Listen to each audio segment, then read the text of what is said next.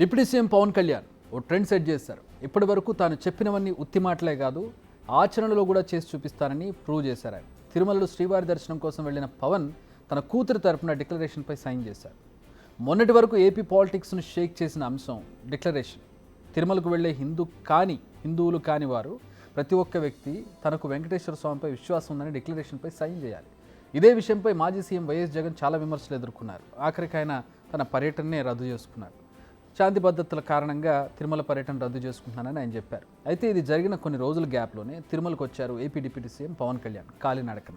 ఆయన కూడా డిక్లరేషన్పై సంతకం చేసి శ్రీవారిని దర్శించుకున్నారు. ఆయన హిందూనే కదా, ఆయన డిక్లరేషన్పై సంతకం చేయడం ఎందుకనే కదా మీ డౌట్. బట్ దానికి ఒక రీజన్ ఉంది. ఆయన మూడో భార్య కూతురు ఆయనతో కూడా ఉంది.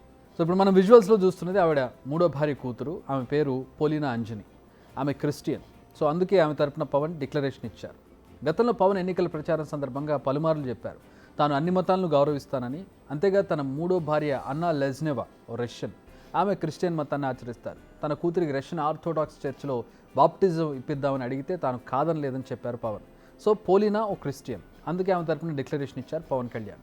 ఇది మరో వివాదం తలెత్తకుండా తీసుకున్న నిర్ణయమా, లేక అన్య మతస్థులు ఎవరైనా శ్రీవారిని దర్శించుకోవాలంటే ఇలా చేయాల్సిందే అని ఎగ్జాంపుల్ సెట్ చేయడానికి చేశారో తెలియదు. కానీ పవన్ అయితే చాలా మంచి పని చేశారన్న మాటలైతే బయట వినిపిస్తున్నాయి. రీసెంట్గా పవన్ ఒక కొత్త రూపంలో కనిపిస్తున్నారు అందరికీ. తాను సనాతన ధర్మ పరిరక్షకుడిగా అభివర్ణించుకుంటూ ఉన్నారు. అంతేకాదు తాను మాట్లాడే మాటలు, చేసే చర్యలు, తీసుకునే నిర్ణయాలు అన్నీ కూడా అలాగే ఉన్నాయి. ప్రస్తుతం హిందూ సంఘాల్లో ఆయన మైలేజ్ పెరిగింది. సరిగ్గా ఇదే సమయంలో ఆయన కూతురును క్రిస్టియన్గా పరిచయం చేయడాన్ని ప్రజలు ఎలా ఈ వర్గం ప్రజలు ఎలా రిసీవ్ చేసుకుంటారనేది చూడాలి. అయితే ఇక్కడ రెండు కోణాలు ఉన్నాయి. ఫస్ట్, తను ఓ హిందూ అయ్యి ఉండి తన కుటుంబానికి మత స్వేచ్ఛను ఇచ్చారనే పేరు రావచ్చు. సెకండ్, తను కల్ట్ హిందూ అయ్యి ఉండి కుటుంబంలో క్రిస్టియన్స్ని ఎందుకు ఆహ్వానించారన్న విమర్శలు కూడా రావచ్చు. నాణ్యానికి ఇంకొక కోణం.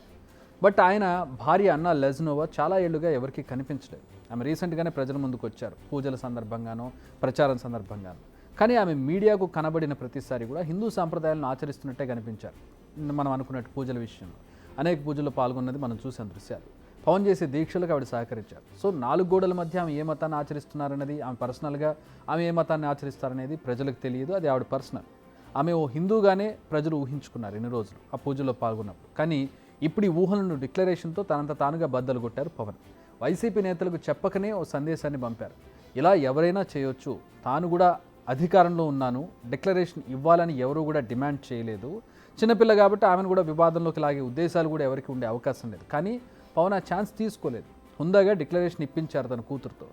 ఇంతకుముందు ఎప్పుడు పొలీనాను ఎవరు చూడలేదు. ఫర్ ది ఫస్ట్ టైం తన రెండో కూతుర్ని లోకానికి పరిచయం చేశారు పవన్ కళ్యాణ్. అది కూడా 7 కొండలవాడి సన్నిధిలో. కానీ తిరుమలలో తన కూతురిని క్రైస్తవ మతస్థురాలుగా పరిచయం చేయడమే కాస్త కొంచెం డిఫరెంట్గా అనిపించిందని చెప్పాలి. కానీ ఓ సరికొత్త డిస్కషన్కు తెరలేపారు పవన్ కళ్యాణ్. దేవాలయాల రక్షణకు కలిసికట్టుగా పోరాడాలని పిలుపునిస్తున్న పవన్ తన కూతుర్ని క్రిస్టియన్గా చెప్పడం ఏంటనేది చాలామందికి డైజెస్ట్ కాకపోవచ్చు, కొంచెం ఛాందసంగా ఉండేవాడికి. హార్స్ ట్రూత్ ఏంటంటే పవన్ విమర్శలు ఎదుర్కోబోతున్నారు, ఇందులో ఎలాంటి డౌట్ లేదు ఈ విషయానికి సంబంధించి. అంతేకాదు మరో యాంగిల్ కూడా ఉంది ఇక్కడ. తండ్రి మతమే కూతురికి రావాలి కానీ తల్లి మతం ఎలా వస్తుందనేది మరో ప్రశ్న. అయితే పవన్ తన భార్యకు ఆ లిబర్టీ ఇచ్చినట్టుగా కనిపిస్తోంది.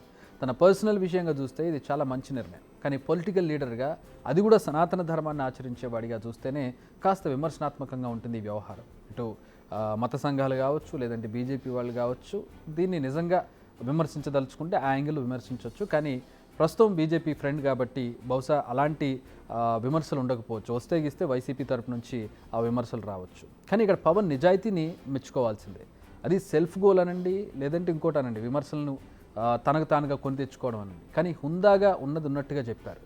ఆయన తన కూతుర్ని తీసుకెళ్లారు. ఆమె క్రిస్టియన్ అని ఆ డిక్లరేషన్ ద్వారా ఆమెకి శ్రీవారి పట్ల నమ్మకం ఉందని చెప్పించి డిక్లరేషన్ మీద సంతకం చేయించి లోపలికి తీసుకెళ్ళినటువంటి ఒక హుందాతనం అనేది బయటపడింది. ఇప్పుడు ప్రస్తుతం టీటీడీ పద్ధతులను పాటించారు, శ్రీవారిని దర్శించుకున్నారు.